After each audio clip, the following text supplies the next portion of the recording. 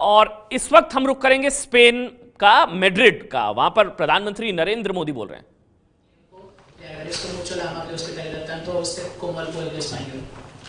और ये तभी संभव होता है जब ये कमिटमेंट होता है भारत के साथ रिश्तों का मजबूत कमिटमेंट ही है, उसका ये प्रतीक है। Esto siempre es posible cuando hay un compromiso firme hacia el otro país y esto refleja el firme compromiso entre los dos países en cuanto a las relaciones bilaterales. गत वर्ष भारत और स्पेन के diplomatic relation को 60 साल पूरे हुए हैं। मैं समझता हूँ कि ये यात्रा काफी महत्वपूर्ण रही है, लेकिन भारत के प्रधानमंत्री को यहाँ आने में 30 साल का बीच में फासला रहा है। मैं विश्वास दिलाता हूं कि आगे इतना लंबा गैप नहीं रहेगा। हम इन संबंधों को अधिक ऊर्जावान, अधिक गतिशील और अधिक प्रोडक्टिव बनाने के पक्ष में हैं।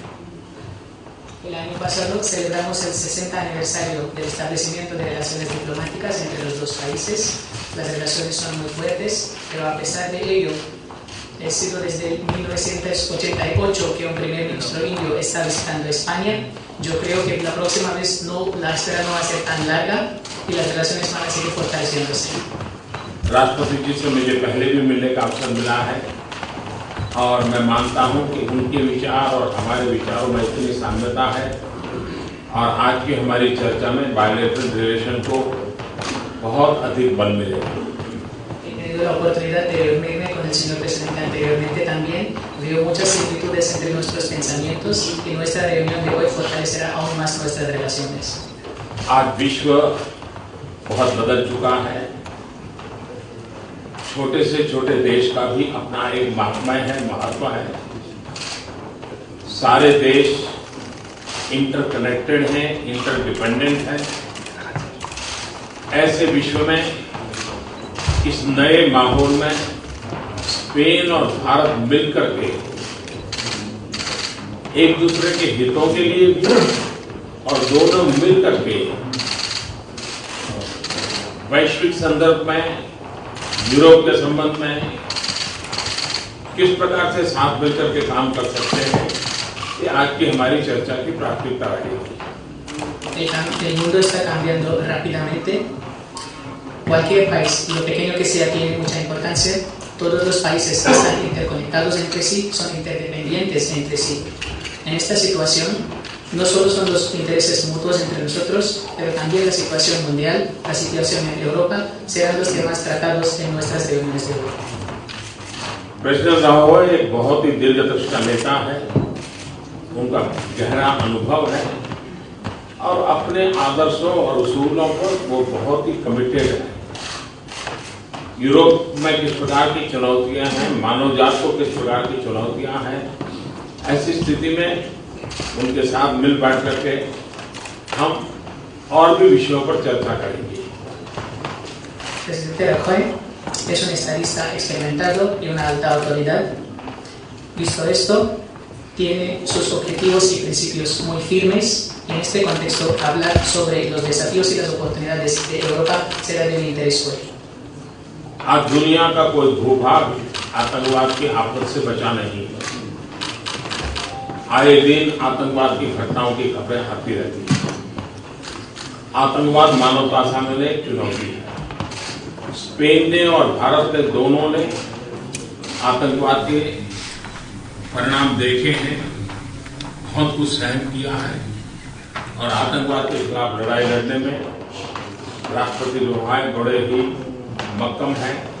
तो आतंकवाद और के खिलाफ जो मानवतावाद की लड़ाई है, उस मानवतावाद की रक्षा के लिए हम मिल बैठ करके कैसे काम कर सकते हैं, उस पर भी चर्चा होगी। Ninguna parte del mundo hoy se escapa la amenaza del terrorismo. Cada día recibimos noticias de esta amenaza. Es un desafío a un nivel mundial. Los dos países, tanto la India como España, hemos sufrido las consecuencias de atentados terroristas. Sé que el presidente Rajoy tiene una dedicación firme en la lucha contra el terrorismo. Para mejorar el bienestar en general y para los pueblos de todo el mundo, vamos a concentrarnos hoy en este tema también. हर प्रकार की अमानवीय चुनौतियों के बीच भी हर देश में आर्थिक विकास की प्राथमिक जिम्मेवारी होती है।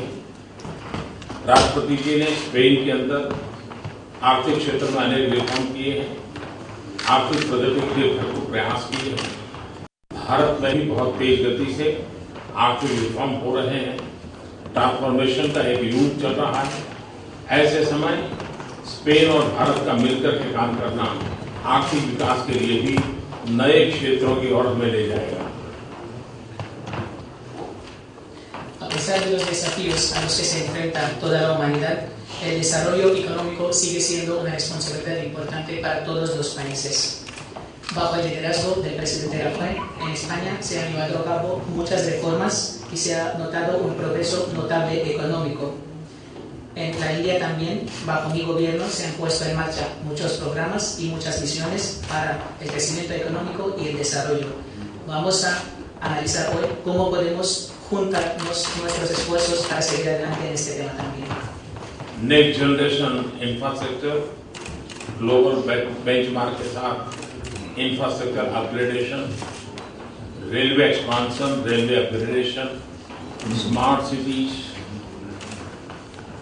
ऐसे अनेक क्षेत्र हैं जिसके अंदर स्पेन की महारत है।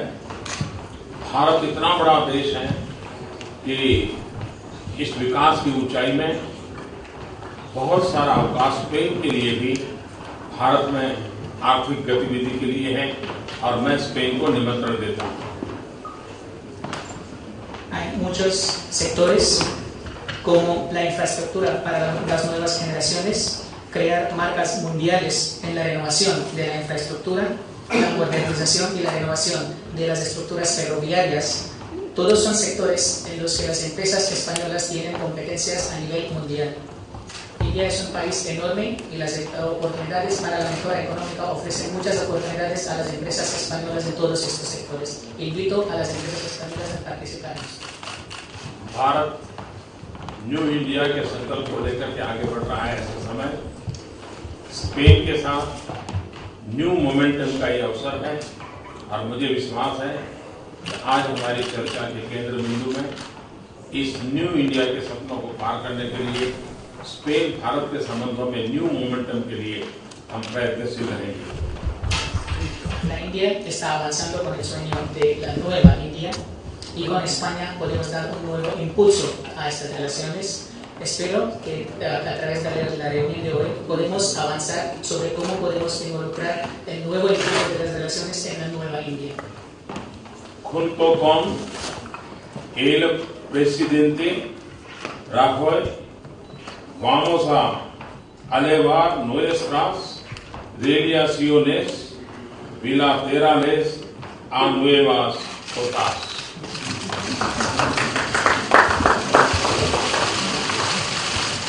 स्पेन की राजधानी मैड्रिड से आप सुन रहे थे प्रधानमंत्री नरेंद्र मोदी। पहले जर्मनी, फिर मैड्रिड और अब अगला जो दौरा वो सेंट पीटर्सबर्ग का है, यानी कि वो रूस जाएंगे, फिर उसके बाद फ्रांस, उसकी राजधानी पेरिस। ये 4 देशों के दौरे पर हैं। बड़ी बात है क्या कुछ कही उन्होंने कि आतंकवाद के खिलाफ लड़ाई को लेकर स्पेन से चर्चा की गई है। कोई भी देश, दुनिया का कोई भी कोना आतंकवाद से अछूता नहीं है। मानवता के लिए आतंकवाद से लड़ाई लगातार जारी रहेगी। न्यू इंडिया के मकसद को लेकर भारत आगे बढ़ रहा है और इसको न्यू मोमेंटम, यानी कि भारत और स्पेन के रिश्तों को नई ऊंचाई देने के लिए ये वार्ता काफी ज्यादा अहम साबित होने जा रही है।